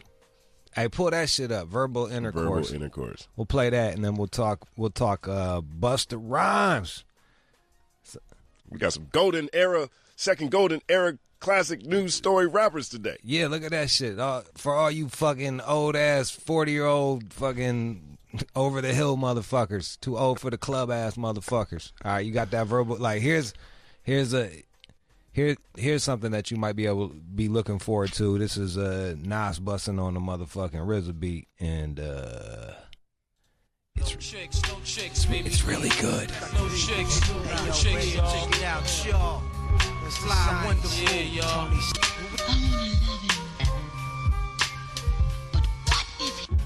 Boom, boom. Man, that's a fucking good song. Man, I used to keep that shit on fucking. Someone called up and said I sound like a Nas hater. I thought I was a Nas. I thought you was a hater in this situation, and I thought I was being balanced, but I that's guess. Right. I think a lot of people seriously just like a person. They like their brand, and therefore any type of criticism is hate. I think Nas is definitely one of those rappers that in certain people's eyes he can do no wrong. Yeah. He can do no wrong. All right, let's talk about another legend in the game, Busta Rhymes. Busta Rhymes. Look, Busta Rhymes did an interview with the Daily Beast recently, and the conversation talked about just looking at his career and looking at some of the projects he has, like endeavors he has coming up. He says this quote in the interview that I thought was really interesting. The part of this interview is focused on how he's had success bridging the generation gaps between MCs. By working with young artists and legends before him, he's been one of the guys who's been good at work with young artists and older artists. Here's what he said. I come from a time where it was extremely important to garner the respect of the elder statesmen. Motherfuckers before you that was the greats, you needed to do what you needed to do to get them to sanction you, co-sign you, and endorse you. A lot of motherfuckers are running around complaining, talking shit about what these new dudes is doing, but the question really is, what is you older dudes doing to help the new dudes? Outside of popping shit and being mad at them all the time for what they're not doing that you feel they should be doing. It's kind of interesting. Where is the balance between deference from a younger person to an older person, and an older person extending a hand and say, "Hey, let me help you, let me coach you"? I think one of my favorite rappers ever, E40, is a master at bridging these gaps. And because of that, he's stayed relevant for the last 20 fucking years. He'll reach out to a young cat, a Big Sean or somebody like that when they're getting on, and hop on these beats and do shit with them. If anything, that approach is more beneficial to the older rapper than it is to the younger rapper. The younger rapper might get to soak up some game from these old cats, and it'll help with their business shit and maybe appreciation. But I think it's actually more beneficial for older rappers to expose themselves to a new group of people. I tend to agree with you on that too, because it extends your career, it gives you a chance to create a new audience. Maybe you can sell more records, or you get to go on tour with younger people. E40's been great about updating slang all the time, which kind of keeps him young. Yeah, or even like, I remember like there's like young girls like Eminem's a shit, and then I'm like, you like that motherfucking Marshall Mathers, and they don't even know that out. Like they're not even aware of Legends catalogs. You know what I mean? Like they just kind of hop into rap right where they're at, and they start at that point and go forward. They don't ever go back. And I think you see that a lot of times with rappers. And here's the thing. I feel like a lot of rappers help pave the way for these cats to make a lot of money very quickly, and there's a bit of fucking bitterness that they're not being acknowledged and they're being dismissed, and you got these flash in the pan, not going to be out for they'll be disappeared in 2 years from now, shitting on classic rappers, and there's a bit of a I feel like sometimes older rappers have a grudge towards them, and it might be more productive to reach out to them and kind of school these cats. Like, hey, man, like, let me put you on game, young buck. But I don't know if they want to. I don't know if these kids want to be put on game. You know, I mean, they're kids, right? When I was a kid, I definitely didn't want to, dress like my dad. You know what I'm saying? I wasn't trying to wear like old people clothes and stuff. Right. But I was still open to hearing good advice, as long as it wasn't like someone pointing a finger at me telling me I'm doing everything wrong, like Bill Cosby used to do. Right. But the thing that I think is interesting is when there isn't a dialogue, and now over social media or public spheres, you have people just showing up dissing these kids who may not even know them. Pete Rock was famous for that. Pete Rock would be shitting on these motherfuckers all, and I love Pete Rock, but Pete Rock was just be recklessly shitting on motherfuckers, and half the time I agreed with him. You know what I mean? Like, I don't fuck with, like, I don't like new shit, bro. Like, a lot of that shit is just corny and fucking got no vibe to me. Like, it's just like, it ain't got no soul, bro. Exactly. Like, because Pete Rock did that to, if I'm not mistaken, I think that was Uzi Vert. He was going at Uzi Vert and Lil Yachty on the Gram a couple years back. And I'm like, why are you dedicating 279 words on your IG post to Lil Yachty? Pete Rock? And the funny thing is those are the two guys. Those two guys have actually been able to, like, hold on. You know what I mean? Like, they're still around. Yeah. Their era came back. He kind of picked two guys like that didn't disappear to shit on, which was which is kind. Yachty might be struggling now, but Uzi's still moving. Yeah, Uzi Vert's still doing this shit. Yeah. Ice-T did the same thing. Ice-T in 2006 did this with Soulja Boy. Yeah. He opened up somebody else's mixtape and said Soulja Boy is killing hip-hop. He's the main reason hip-hop sucks. Soulja Boy. Soulja Boy has that much power? Ice-T? Whoa, I hated that song too. Like, right? Like, I'm old. I'm like, I remember I was at some club and it was old, and like Lamar Odom was doing the dance, and I'm like, what the fuck is this shit? Get me the fuck out of this stupid fucking bar. And I left. Well, you never did like the WAP or the Roger Rabbit back in the day? You weren't doing none of those dances? Yeah, but I was young, you know what I mean? Like, and I get it. Like, I think there was this time in rap where it was like, look, man, we always had fucking the rap. Butterfly. Like, shit, man, even going all the way back in the day, you had like Rap and Duke, da ha, da ha. There's always been like gimmicky kind of things in music. It was just, there was all this other shit that balanced it out. It felt like we reached a time in rap where it was just fucking 80% gimmick and then 20% fucking you really got to dig like this motherfucker's really spitting some shit. I don't know if it's like that anymore.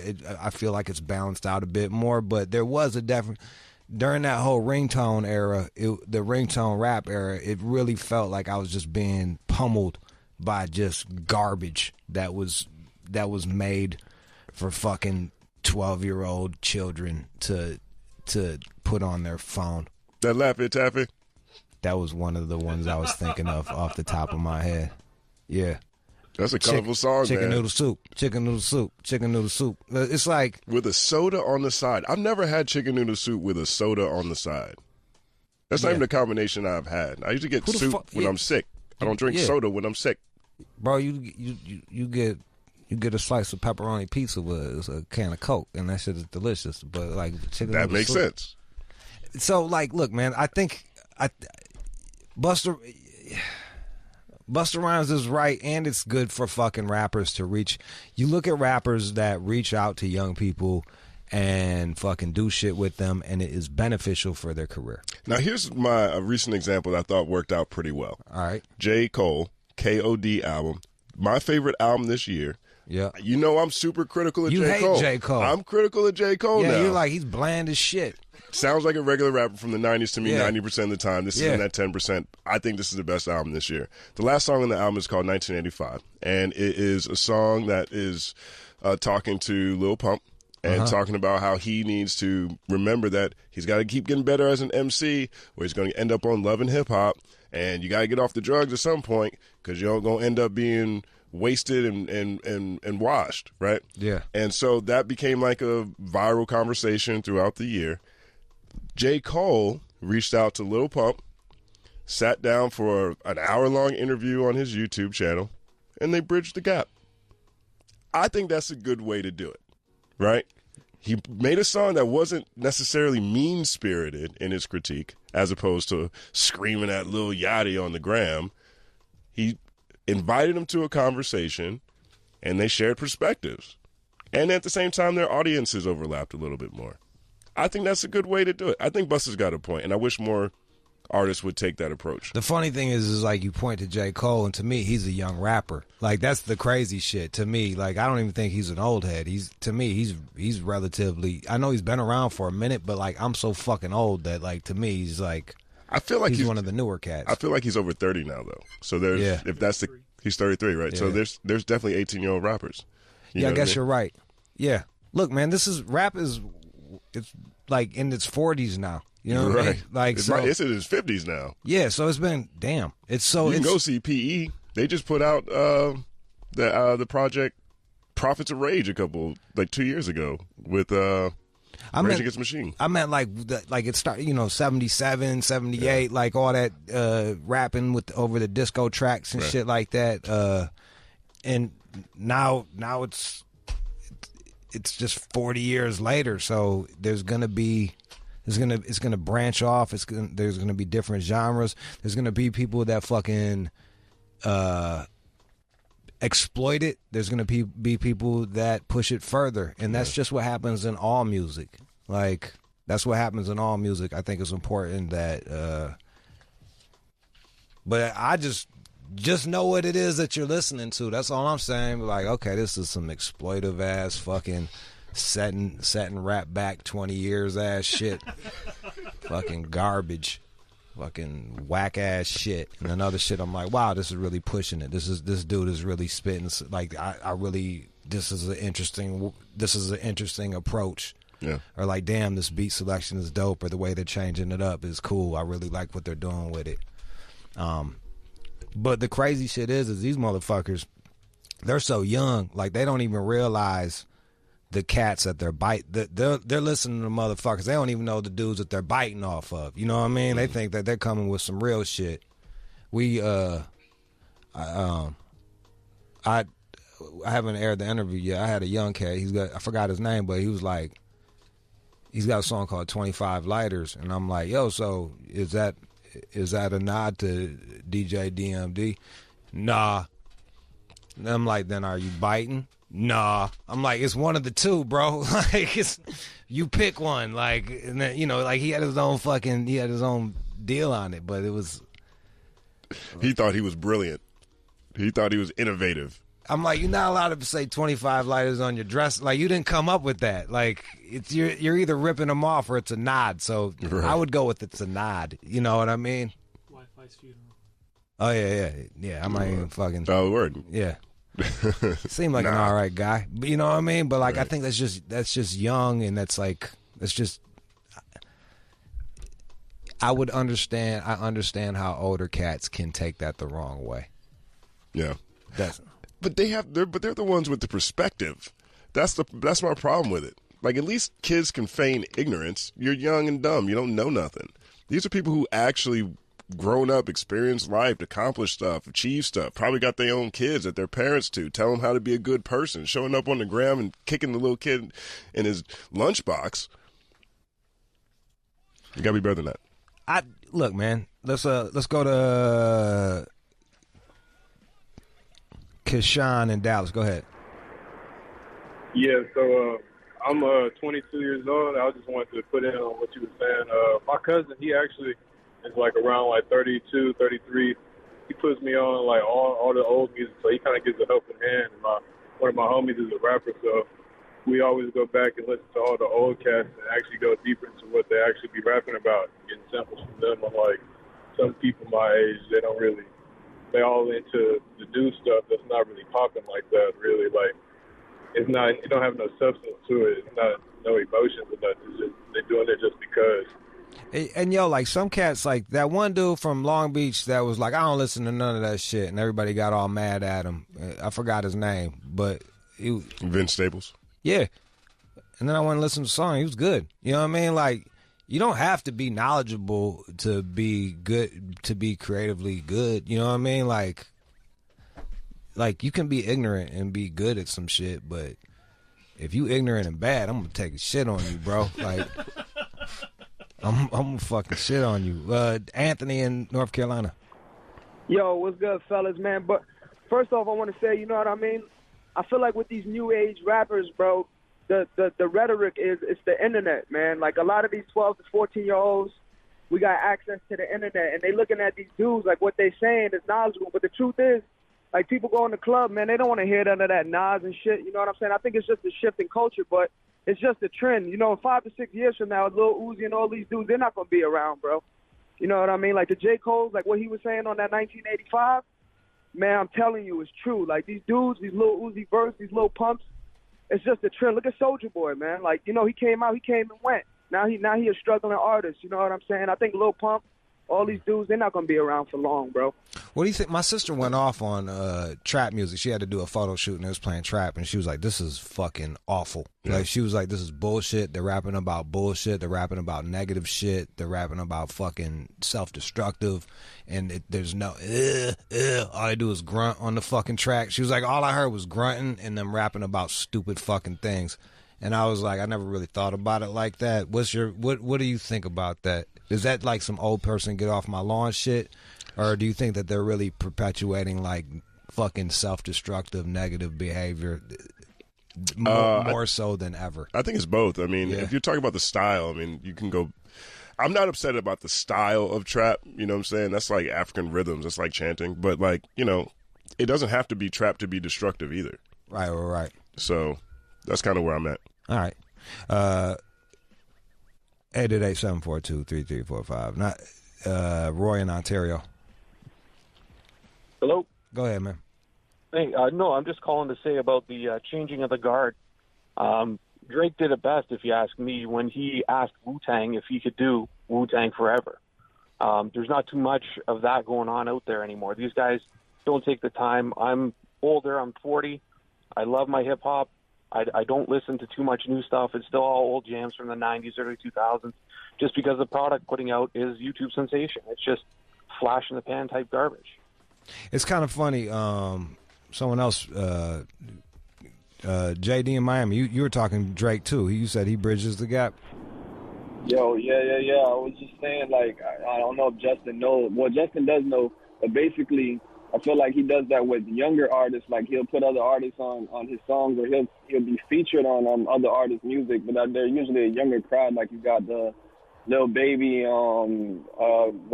Block Boy JB, and artists like that. Like I feel like he bridges the gap with that. And also to touch on with the J. Cole thing with the 1985.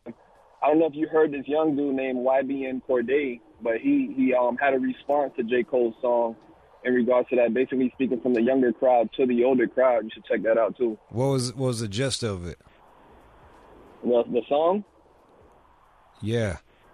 He was basically saying, because in J. Cole's song he spoke on. Just tell me what the gist was. Yeah, just like, you know, from a younger dude's perspective, like, yo, the way we doing it is not wrong. Like, you should look at it from our perspective, basically. From telling him to look at it from his perspective instead of just the older perspective.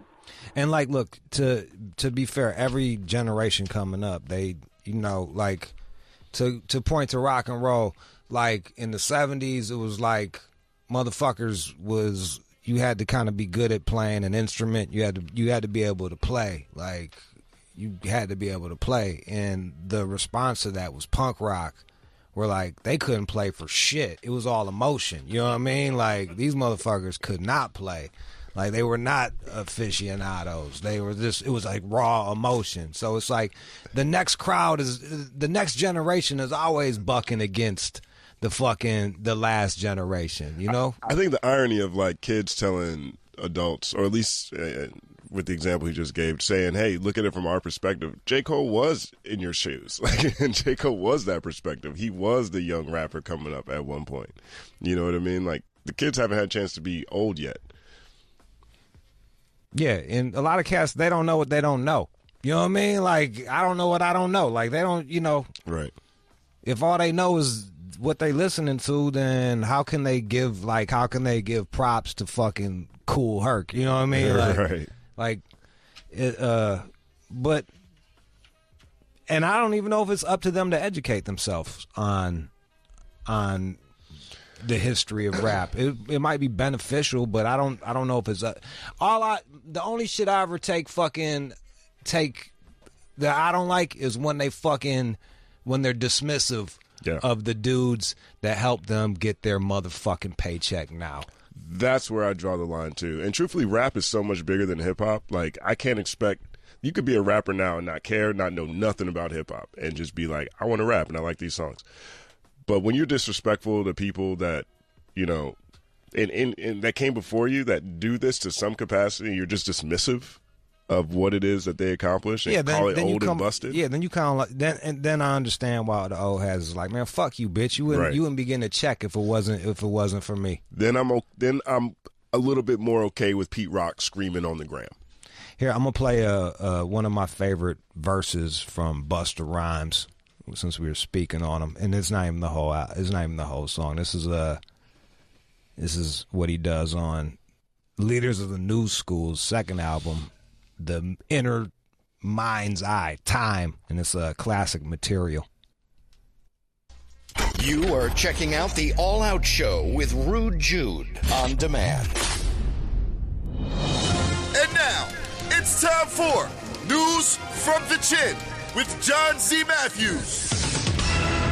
There is this new online challenge, the In My Feelings challenge, and that's that Drake shit. Right. Kiki, do you love me? Blah blah blah blah.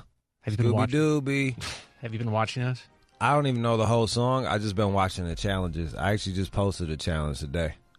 You did? On my Instagram. Was it the guy who got drilled in Florida?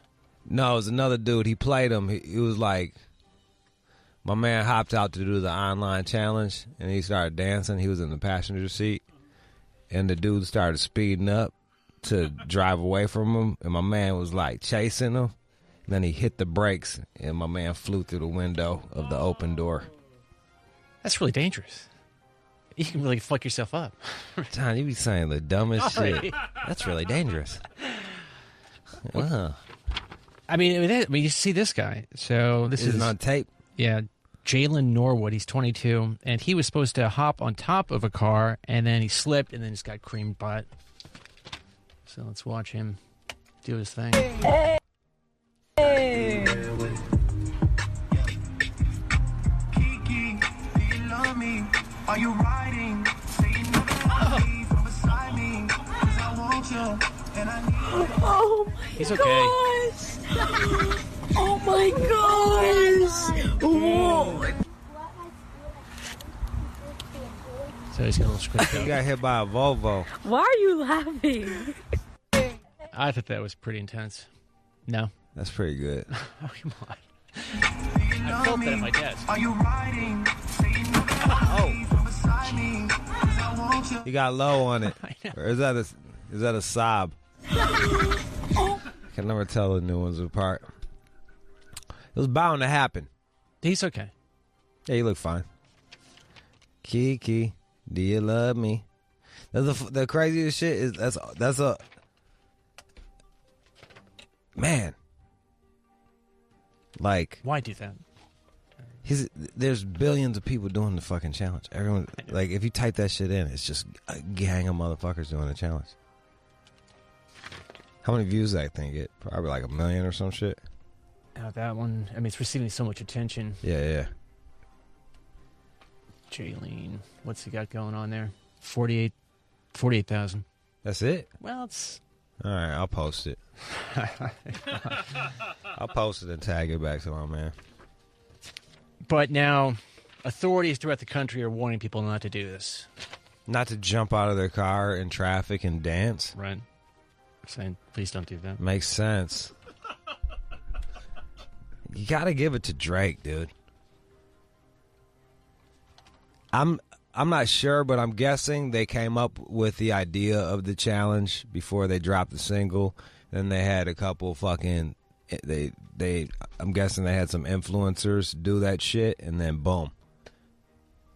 I don't think they're gonna fucking say it, and I don't think they're gonna admit to it. But like, that's how you market nowadays. You get a fucking challenge going. Like the guys that I'm always what's Bobby Schmurder? Was it Schmurder? Ray Shremmerd. Their mannequin challenge blew them the fuck up. That shit was sweet though. When everybody would freeze and then the fucking camera would pan all around. Right. That shit looked sweet. I'm not even front. I'm like, that's a dope challenge. You're not gonna get creamed by a car doing that. Unless you do the mannequin challenge in the fucking street. Fair enough. Look at this lady. This is another one. She jumps out of the car and just gets dragged away. Hang on a second. Let me see. Oh, she fell out. Oh, she fell out. Oh, drag. It's too dangerous. Drug. Man. Now the cops doing that shit. And he fell out. Oh, he fell out. And the car is just driving away. How is he not getting fired? Oh, there's that one fucking... Kiki, do you love me? Are you riding? So you never ever... What is her name? She's a fucking annoying one. And I need you. And I'm laughing. All right, stop. Just stop. Okay, stop. Sorry. Because the worst part about it is that's the only 5 words of the song that I know. I've been posting about it on my fucking like meme page, on my IG page. Whoa, Vicky, that's the girl that was doing it. I fucking hate her, and I hate people that follow Whoa Vicky. And that little fucking the half Korean broad, Lil Tay. Oh, and then there was another one that I fucking hate, the Catch Me Outside girl, and I hate anybody that follows them. Because I feel like you are supporting dumbness, if that's a word. Didn't that Cash Me Outside girl just get a huge record deal? Oh, dude, she's crushing, dog. She's crushing. And, like, she teamed up with people that can write, like, decent pop songs, and she's doing, like, fucking, like, tours. She's smashing. And then the Whoa Vicky is the one that's like clearly white, but she's like, I don't care, I'm black. You know how I'm black. You can't tell me I'm not black. And then you want to talk. It's like a fucking weird. It's like this minstrel version of like what fucking she thinks a black person is. I don't care what you think. I'm black. You not real like me. And I don't know if she's trolling or for real. Like, I can't even tell. But it's working. And she's got, like, gangs of followers. And Atlantic put millions of dollars into her, hoping to get many albums out of her. With the other one, the Catch Me Outside girl. Yeah, Cash Me Outside girl, Bad Baby, or whatever she calls And herself. the worst part about that is, like, you got this girl's, like, 15, and all these dudes are following her to look at her titties. Like, y'all are some pederasts. Apparently, she's worth $2 million right now. Look at that. That's her net worth, according to Celebrity Net Worth. I think it's worth more than that, because my net worth is $2 million on that, and she is fucking crushing me. She's going on tour and shit. Anyway, yeah, that's a challenge. That's the way they do it, man. They just fucking drop a song. If you get a good challenge going, you can blow that shit up. That's how the fucking, what's my girl name from Detroit? She had a challenge and blew the fuck up. You don't want problems. That's it. Vaguely. I was the first one to interview her and broke that song, too. I'll be breaking Detroit artists and then don't get no love.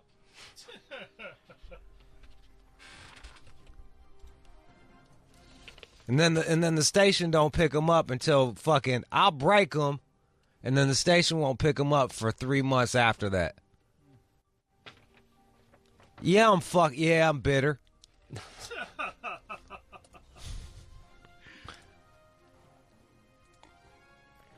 All right.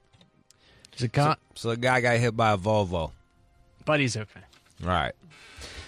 So there's a guy up in Canada who legally changed his gender to get cheaper car insurance. I fucking love this. I love this shit. And so they're just calling him David here.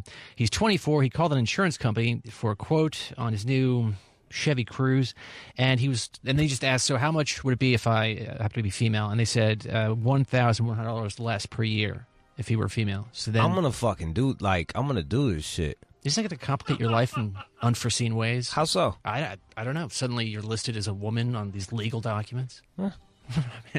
So, you know how much I pay on car insurance because I'm a fucking man? Like a lot. They charge you more for being a man because you're a higher risk. You tend to drive faster. You just take more risks. You're more dangerous. So if I just identify as a woman, like, why not take advantage of that shit? And then think about that, like, in the job hiring process and shit. I'll get first look. They're always trying to bring in women. Yeah, but then you'd have to explain what's going on. I identify as a woman. I identify as a woman. Pimp the system. I'm already doing it on a real low budget way, where like I just go into women's restrooms if I don't feel like waiting. You knock on the door? I just go in. Hello? And if they say something, I'll be like, I identify as a woman. I refuse to believe you do that regularly. Are you going to get arrested? Usually there's not a long line for men's rooms, but like, no, I've done that. Identify as a woman. Prove that I don't. You can't prove a feeling. You can't prove how I feel inside. You can't disprove that I fucking don't identify as a woman. I'm a lesbian. I'm a woman lesbian. And if you don't fuck me, you are transphobic, ladies. So keep that in mind. If you don't let me eat you out, you are transphobic. And do you really want that on your conscience, to be a bigot? You better let me eat that pussy. And let me get some cheap car insurance. See, we live in fucking... Look at the world we live in right now. I love that guy... How much he saved? Saved $1,000 a year? Yeah, $1,100. Damn near $100 a month. All he had to do was go down there and fucking be like, yeah, I'm a chick. So it looks like what he had to do up in Canada, and we'd have to look into what you'd need to do here in California, but in Canada, all you'd need is a doctor to say, yep, he's female, and then they change his birth certificate. That's easy. Now, in June, officials in Alberta scrapped the doctor's note requirement and began allowing adults to declare their gender as M, F, or X for gender non-binary people. Yeah, man. I'm going to be F, though. Whatever gets me the most shit, that's what I'm going to be. Now, but this lady, she's a politician up in Canada, Stephanie McLean. She's upset. So she tweeted this out a couple days ago. Alberta man admits to perjury, changes gender on government IDs for cheaper car insurance. He thinks he's so clever. Perjury is an offense, liable to imprisonment up to 14 years. It's not a loophole. It's a crime. We'll see. Gender's fluid. Is it not? Isn't that their whole argument, that gender's fluid? Maybe he felt like a man just then. And then he's back to feeling like a female again. This is what we open the door for. Pimp the system. Go ahead, do it. Fuck it.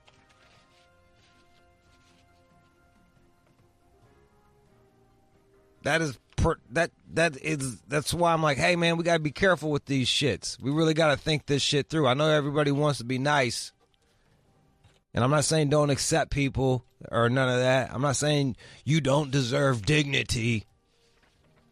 I'm just saying you start fucking writing laws and don't think them through, people are gonna fucking pimp the shit.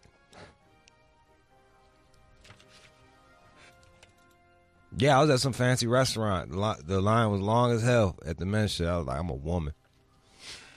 And you know what? When I was peeing, when I was standing up to pee, I felt like one. Yeah, but when you leave and some lady is crossing your path, isn't it a little awkward? Yeah, they seem freaked out. Yeah, I would think so. Well, them's the laws. I'm just obeying the law, right? I think everybody should start doing that. It was a stupid fucking wedge issue anyway. It was a dumb issue anyway.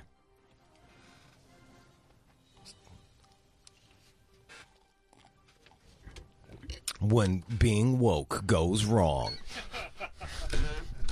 When being woke goes wrong, you have to wait for me to drop a giant shit in the stall before you can go in there and fucking take a leak. Actually, chicks be taking the most gnarly poops. You ladies know it. Y'all know it. I think girls shit out in public more than men do. Absolutely not. I disagree. No way. I mean, they certainly talk about not shitting in public. They won't shit. If they're fucking a dude, they won't shit at his house for fucking months. But like, if they're in a public area, I think they're taking big dumps, dog. They eat a higher fiber diet. They're already in the fucking shit position. Men we have to change full positions. We got to take our, like, one, you're whipping your dick out and peeing. The other, you're pulling your pants down and squatting. They're already squatting. They're already there. It's just, are you going to open up your anus or not? And push out the feces. Like, that is the big difference. And when I was the bathroom attendant, I would have to clean up the women's room. The women's room, too, that was, like, part of my closing duties. Like, just, not mop or nothing, but just, like, you know, get the fucking, do the general shit for the deep cleaners to come in. And let me tell you, these women are fucking animals in the bathroom. I've never seen, like, more disgusting shit. Really? Yeah. Here, the women's room is much nicer than ours. And I only know that because I pulled that move where I went in there at night to take a shit a couple times. But yeah, but that's not like the club or no shit like that. Ladies, call up and leave a voicemail. I know y'all be shitting. You don't even got to say your name. I know you shit in public more. I know they do. There's no way. I put money on it, but then people will call on it, so I'll lose money. Kiki, do you poo-poo? Do you doo-doo? I'm in public in the bathroom. Kiki, do you go pee? Or do you poop-poo? Will you take a poop on my chest, Kiki? I don't want him to poop on my chest. Poop on my foot. And then I'll kick you with it. And that's foreplay. Give me something different to talk about. Yeah, look. That lady's all fucking in her feeling. That fucking Canadian. That's perjury. Is it? Is it perjury? People, you said gender is fluid. You said it. So, there you go. I want somebody to do that. I want somebody to do that in, like, because you know how I was all pissed off about the fucking young men competing in, like, in state championships against women. Right. And where they wouldn't have even qualified against other men, but they're, like, crushing the women. That is very strange. I want somebody to do it and then afterwards be like, no, I'm just a dude. I just did that to prove a point. Like, take off the wig and be like, ha, ha, ha, ha, suckers. You can't have my medal. Or just go wrestle and just beat the shit out of a fucking chick. Just fucking mush her. Just beat the shit out and be like, JK, I'm really a guy.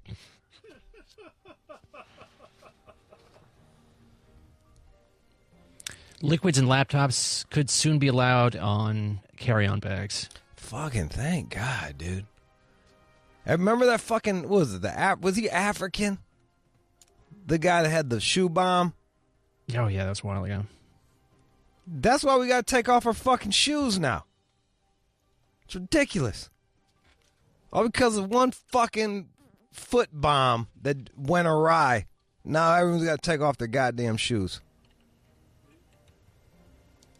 And the TSA, they announced plans yesterday to test what they're calling computed tomography, CT scanners for carry-on bags throughout the country. And it creates 3D images, and you can analyze them from various directions so that you can just keep your liquids in the bag. But again, it's only at certain airports. LAX for one, also JFK in New York. See, but that's the problem, man. I remember when they were right after fucking 9/11 happened, and I was doing a bunch of travel for Jenny Jones. Every fucking airport had different rules, and I'm getting cussed out. Like, I'm getting yelled at like I'm the idiot. You know what I mean? Like, you got to take off your shoes. This one, you got to take off your hat. That one, you don't. Like, I'm getting cussed out at by fucking the TSA workers. Like, I'm the fucking asshole. I'm like, yo, just be consistent. I'll whatever you need, I'll fucking do it. Just could you please be consistent? But they not. What does that mean? Well, the only shit I'm afraid about is, can they see, like, what else can they see with their new 3D imaging? Well, that's the idea. They can see everything within the bag. Huh. And then, but they're saying if they see something sketchy, then they might have you take it out. I was gonna have my man that was that TSA worker tell us the shit that they look for and how they look for it and stuff like that, just so people traveling with drugs and stuff can feel more comfortable. Legal drugs. Like Advil. You're not confident enough to go on a plane with drugs. Not me. No, siree, Bob. That's just not working. Not the kid. I don't travel anywhere. No way. Are you serious? Really? I don't do shit. All right. I'm a fucking square. Nope. Get arrested. So but the crazy shit is like, they cool. The TSA workers cool. The last few times I've went through, they know me. They be like, Rude Jude. I'm like, what up, man? And we kick it for a minute. And like, if they know the show, they could probably just pull me aside right then and like do some cavity search and find something like on my person. You know what I mean? But they've been cool than a motherfucker. I'm like, yo, what up, man? We kick it, take pictures and shit. TSA's all right with me, man. You know, it's an honest living. They just trying to keep us safe on the airplanes. Ain't it amazing what a couple box cutters did to the whole industry? Well, do you feel safer? No. I don't give a fuck. I think it was the 70s that was wild, wasn't it? The 70s, they was just hijacking planes left and right, man. They was just going ham. It chilled out. We chilled out. I guess so. I guess the safety measures are working. I've heard it referred to though as sort of like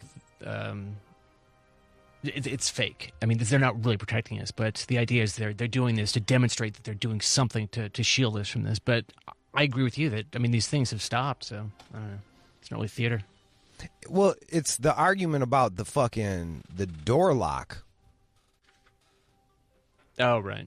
It's like a symbol. Like, if anybody wants to get into anyone's house, it's pretty fucking easy. You put a goddamn brick through a window and you go into their fucking home. You know what I mean? Like, and even like, there's YouTube videos on how to pick a lock. Like, you can get into most anywhere that if you wanted to. Sure. Absolutely. It's just like, it's like this symbol. This is agreed upon symbol that society is set up. Like, hey, don't come in here. Please. Yeah, it's set up to fucking deter. It's a deterrence.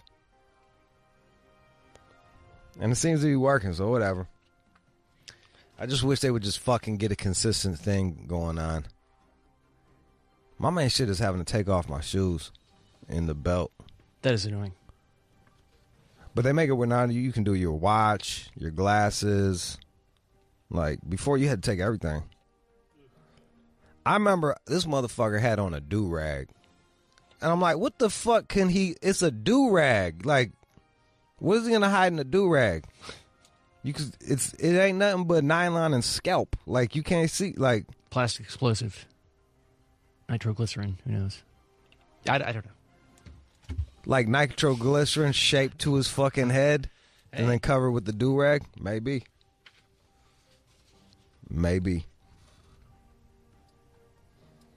Looks like today's National Avocado Day. Couldn't somebody, like, since you can bring like two ounces up to 2 ounces. Could like 7 people just all bring on like a gang of gasoline in like 2-ounce bottles and then just meet up in the bathroom? Yeah, I guess. And then like blow the shit up. Like, isn't like That's not a good plan. I'm not suggesting someone do that, but like that's just off the top of my head. I'm not even a mastermind here. I'm just like, seems like there's workarounds if people really wanted to fuck us up. That's a good point. But you know why they don't? Because we got such an awesome foreign policy.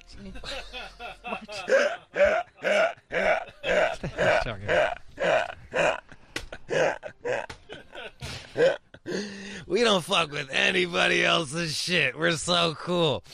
That's why they don't want to fuck with us. What else? All right, so today is National Avocado Day. I didn't pick that. Fine. All right. You did, but quickly. When did I pick it? Today? Yeah. It's all right, well, fine. Today's the the day for National Avocado Day. Yeah, and if you want to have Chipotle track you on your Oh app. yeah. It was okay. All right, yeah. So to redeem this, you've got to have the Chipotle mobile app or go to chipotle.com and then you add it as an add-on or So something. everybody, free guacamole. If you have any self-dignity, stay away from Chipotle today because it's going to be a bunch of poor people in line to get free guacamole. Did you see like a couple weeks ago, like Build-A-Bear damn near got torn down? It was like pay your age. Vaguely. They had pay your age at Build-A-Bear and didn't think that was going to be a bad idea. Bro, it got swarmed. It got fucking swarmed. Like they had to shut that shit down. Free Slurpee Day, I'm not going. Or fill it up with whatever container. They'll bring whatever container and fill anything free. Free Donut Day, free Slurpees. Anything free that's under fucking $100, I'm going to fucking stay away from that shit. Because you're just going to be in line. And then how much is your time worth to you? Free guacamole.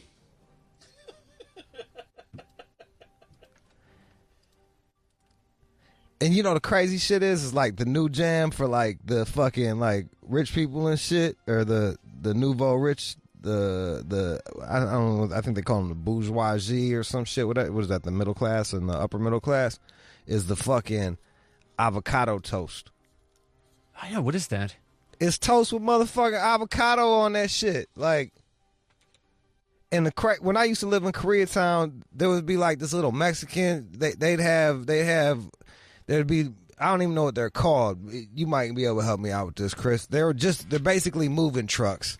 And what they'll do is they'll have a shop inside of a moving truck and it'll just be posted up on the street. So they'll have their own little bodega. You go down there, get you some fucking bananas, maybe a bottle of water, candy. They got the fucking spicy mango shit. They're selling avocados.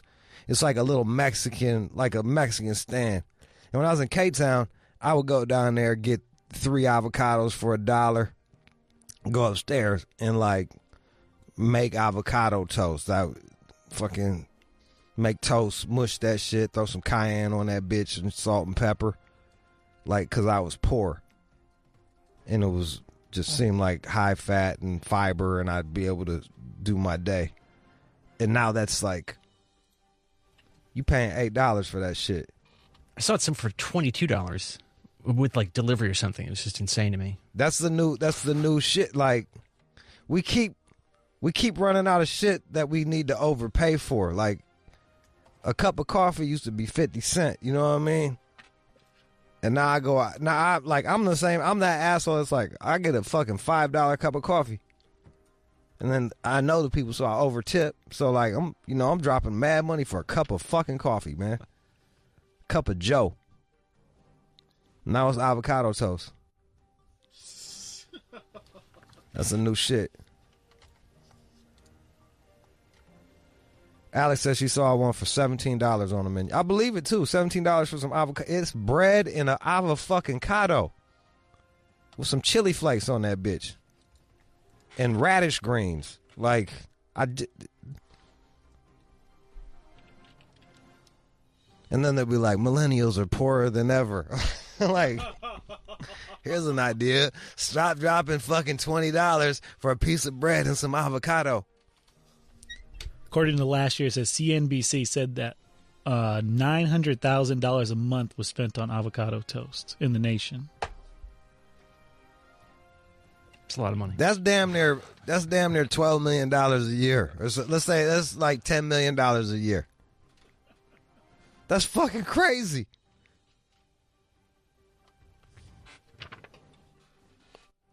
I refuse to believe that we're doing bad here in America when we're dropping $10 million a year on avocado toast, man.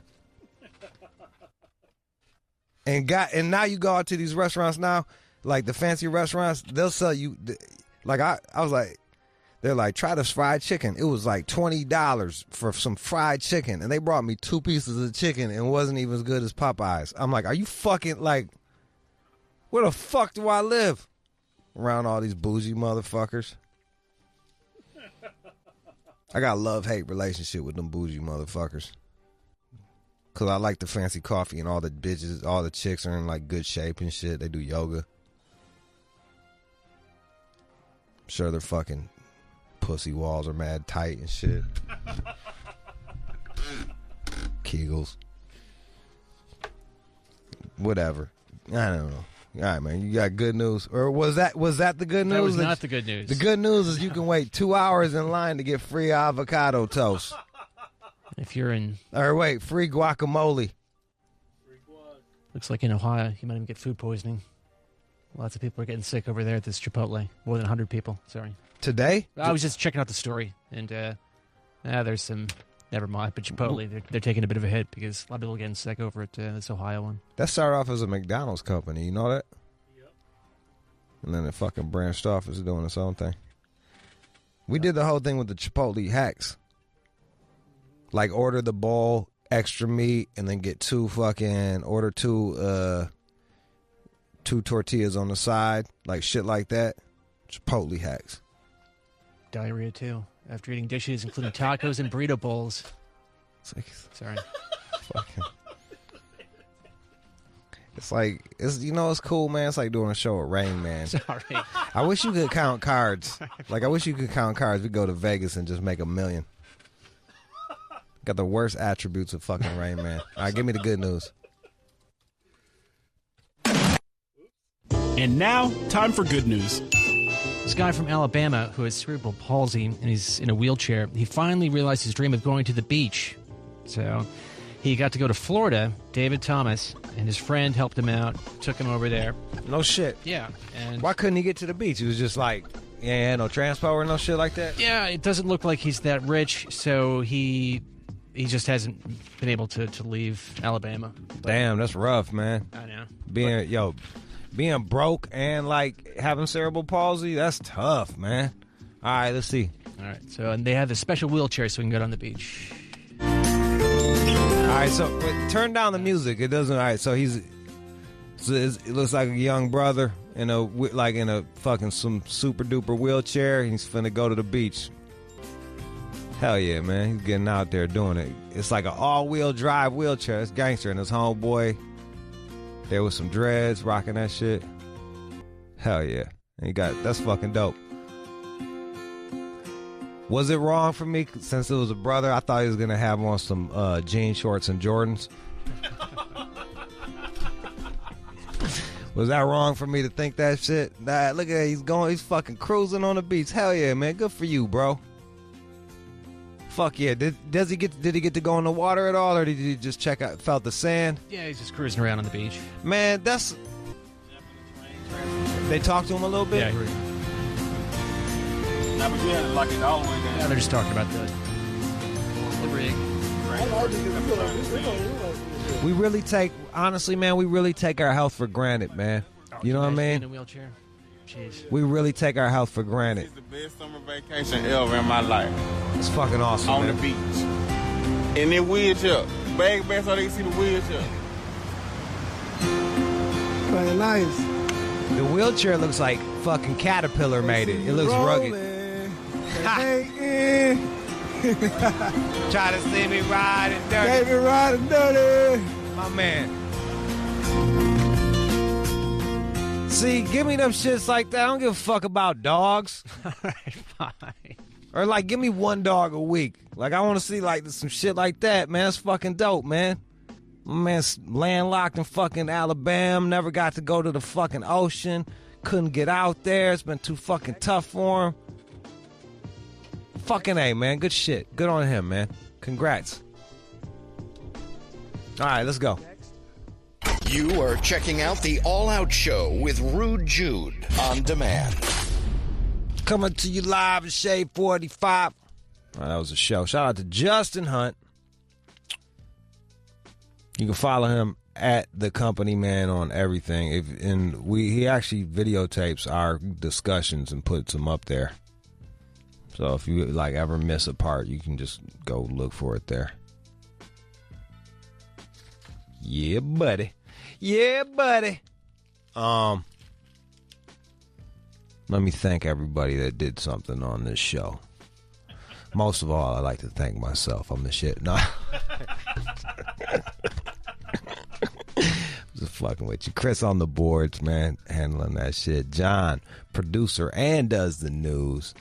Head producers. Alex, associate producer. My man Keenan, and he chops up the fucking bits. And Jet is on the phones. All right. My name is Jude. Y'all have a good one. I'll talk to you tomorrow. You, and you. I'll talk to all of y'all cats tomorrow. Let's get it.